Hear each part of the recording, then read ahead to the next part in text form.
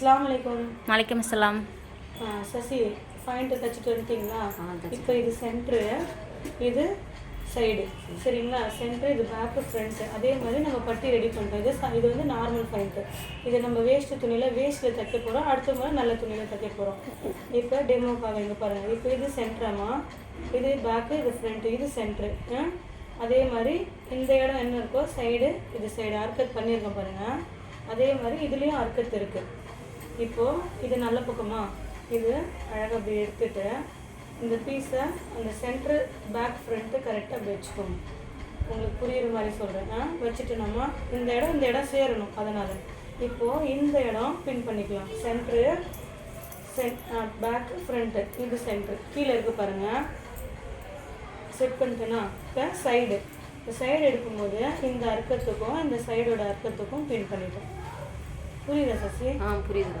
அப்புறம் அதே மாதிரி இந்த சைடு முதல்ல இதை கவுண்ட் பண்ணிவிடுங்க. அதுக்கப்புறம் ஃப்ளீட்ஸ் வந்து சென்டரில் வரணும், பேக்கு ஃப்ரண்ட்டு. அது எப்படி வைக்கலான்னு பார்க்கலாம். இப்போ சென்டர் பண்ணிட்டேன்னா இந்த பொசிஷன் கரெக்டாக வச்சாச்சு. இப்போ ஃப்ளீட்ஸ் எடுத்து வந்து முன்னாடி பின்னாடி சேரணும். அப்போ எப்படி வைக்கணும்னா இந்த சென்டர்லேருந்து ப்ளைனாக டைல் வரணும். ப்ளைனாக வந்து இந்த சென்டர் இது இருக்கு இல்லைங்களா, இந்த இடம் தான் ஃப்ளீட்ஸ் வரும். ஒரு 5 அல்லது 6 நமக்கு எவ்வளோ தேவையோ, பெருசாக வைக்கலாம், சின்னதாக வைக்கலாம். இப்போ இந்த இடம் ஒரு ஸ்பேஸ் ஒரு 4 இன்ச்சு விட்டல, இந்த இடம் 4. இப்போ இந்த இடத்துல நான் பின் பண்ணிட்டேன். அப்போது இங்கேருந்து எந்த தையல் வரணும்? சாதா தையல் வரணும், ப்ளைனாக. இங்கேருந்து வந்து இங்கே மட்டும் ஃப்ளீட்ஸு, இந்த இடம் நிறுத்திடணும். அதே மாதிரி இப்போ இந்த பக்கம் எடுக்கிறேன் பாருங்கள். இங்கேருந்து சாதா தையல். இப்போ நான் இந்த பக்கம் எவ்வளோ விட்டேன்? 4 இன்ச்சு. அதே 4 இன்ச்சுங்க பாருங்கள். கேப் இருக்கா? முன்னாடி இந்த பக்கம் இந்த ஃப்ளீட்ஸ் உட்காந்துரும்.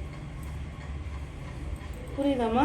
இப்போ இது இந்த ஃபஸ்ட்டு இந்த சென்டர் முடிஞ்சிச்சு ஒரு பாகம். இப்போ அப்படியே திருப்புறேன், பாயிண்ட்டை திருப்புறேன்.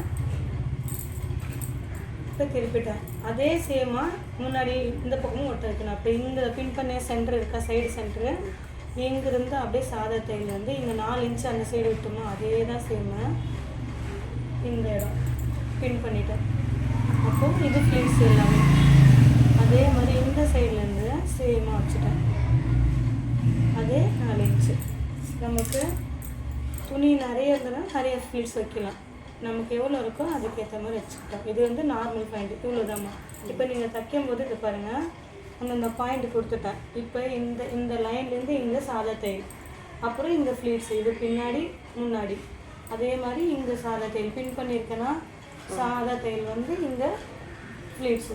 இவ்வளோதான் பாயிண்ட்டு நார்மல். முடிச்சு எடுத்துருவீங்களா? அஸ்ஸலாமு அலைக்கும். வலைக்கம் அஸ்ஸலாம். ஆமாம், தைச்சிட்டிங்களா? கிட்ட வந்து உள்ளே காமிங்க.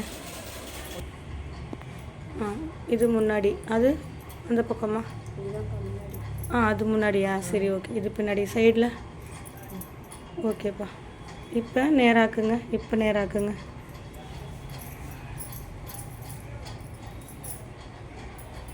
கீழே டவுனில் வைங்க. கீழே வைமா, கீழே. அவ்வளோதான். பின்னாடி அப்படியே திருப்புமா. ஓகேப்பா. ஓகேம்மா. சசி, அடுத்தது நாளைக்கு நம்ம நல்ல துணியில் போக போகிறோம். ஓகேங்களா? அஸ்ஸலாமு அலைக்கும்.